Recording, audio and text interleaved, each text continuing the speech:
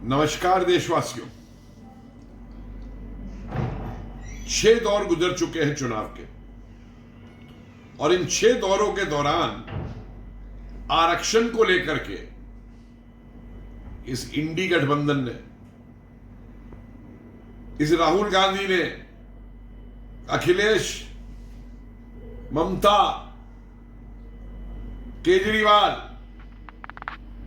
क्या क्या झूठ इन्होंने नहीं बोले कि आरक्षण खत्म हो जाएगा। आपको मालूम है आरक्षण को खत्म करने का प्रयास सबसे पहले कब हुआ? बिना ये कहे हुए कि आरक्षण खत्म हो रहा है। याद करिए 2005 में किसकी सरकार थी? यूपीए 1 था। मनमोहन सिंह, वो मौनी बाबा, इनके कठपुतली प्रधानमंत्री थे।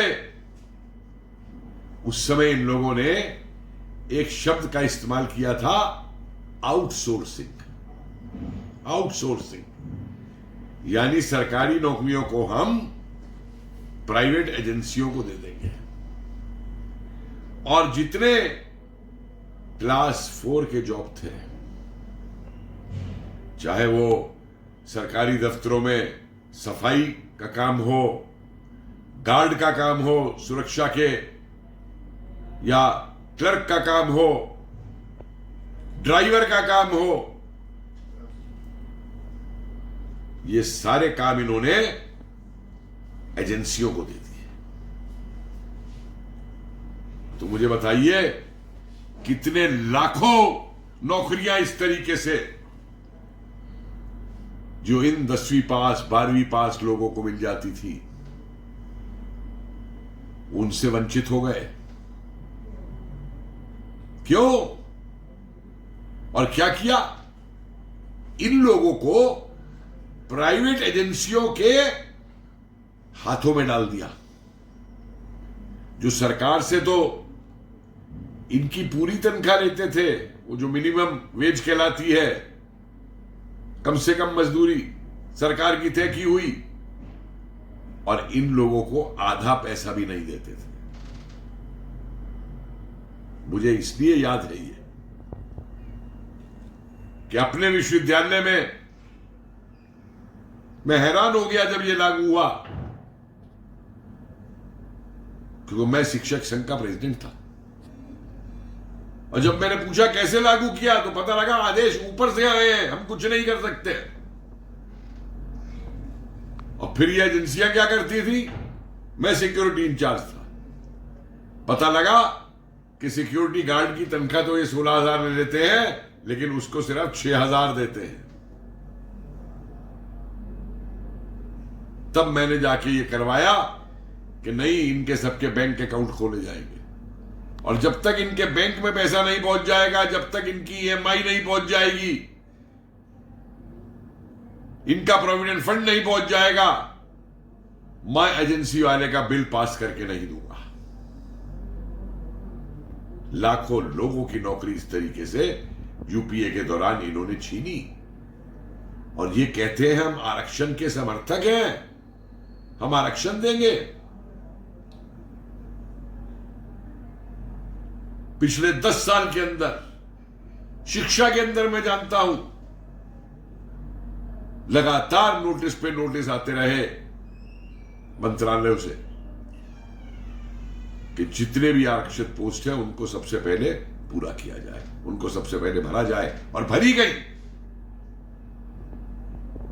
हमारे विश्वविद्यालय में भरी गई, लेकिन उस समय दिल्ली विश्वविद्यालय में जो इनके कांग्रेसी वाइस चांसलर थे, उन्होंने नहीं भरी। ये तो दिल्ली विश्वविद्यालय में भी अभी पिछले 2 साल के अंदर 4,000 भर्तियां हुई हैं टीचर्स की।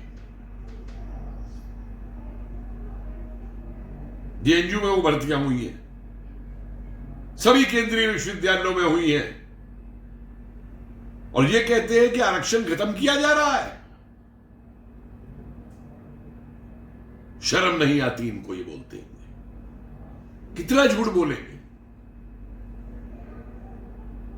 कहते हैं बेरोजगारी बेरोजगारी बढ़ गई। अरे हां भाई, तुम्हारी बेरोजगारी बढ़ी है, तुम बेरोजगार हो गए 2014 के बाद। वो वाड्रा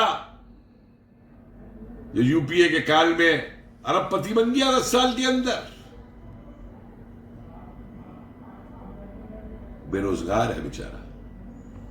ये बेरोजगार है क्योंकि इनके पैसे बनाने के घुटाले चले गए। बेरोजगारी बढ़ी, हां बढ़ी, लेकिन पिछले 11 साल में आबादी भी कितनी बढ़ी, जरा से भी तो सोच ले। आंकड़े बनाते हुए खाली परसेंटेज बताने से बात नहीं चलती।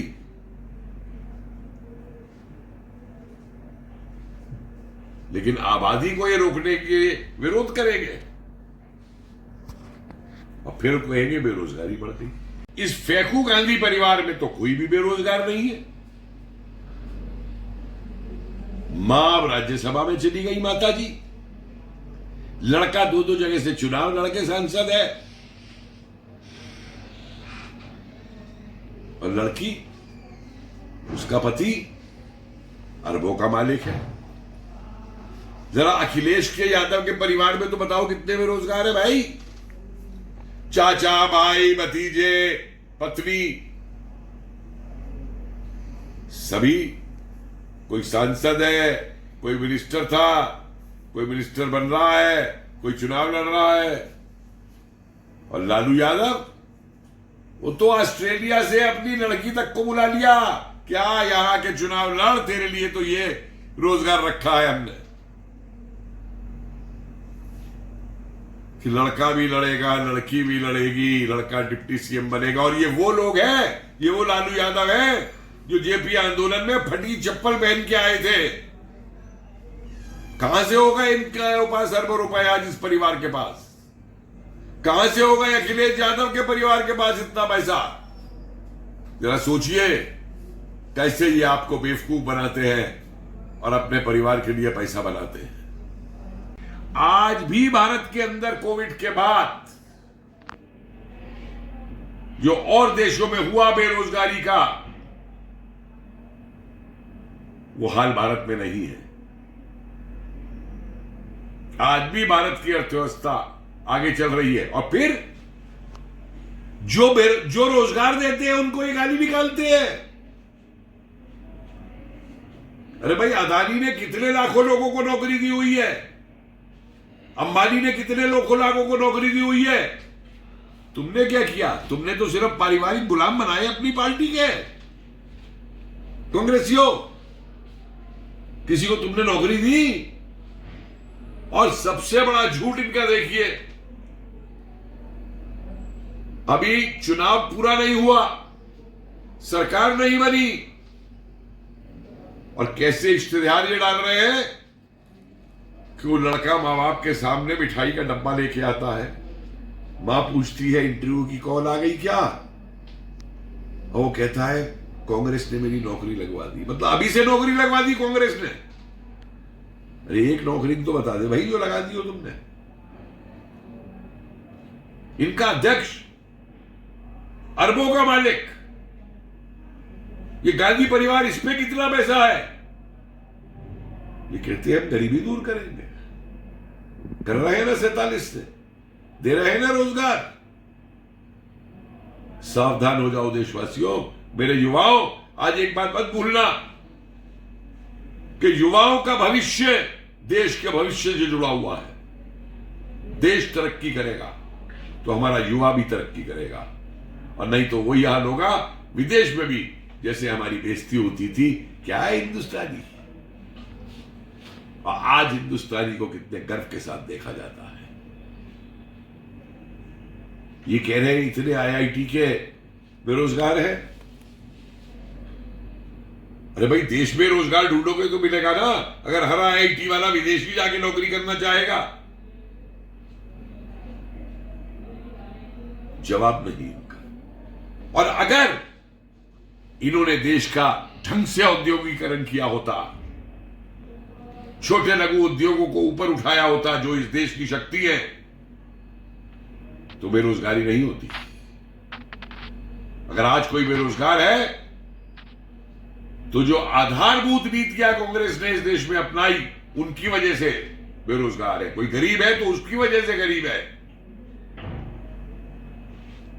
अपना चेहरा ये आईने में नहीं देखेंगे, इन्हें कोई आईना दिखाने वाला चाहिए।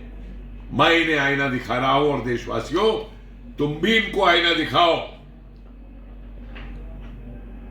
1 जून को देश के लिए वोट करके, ना कि इन अराजकतावादियों के लिए जो चीन का गुणगान करते हैं, जो सोरोस के एजेंट हैं, जो देश में अराजकता फैलाते हैं। जय हिंद।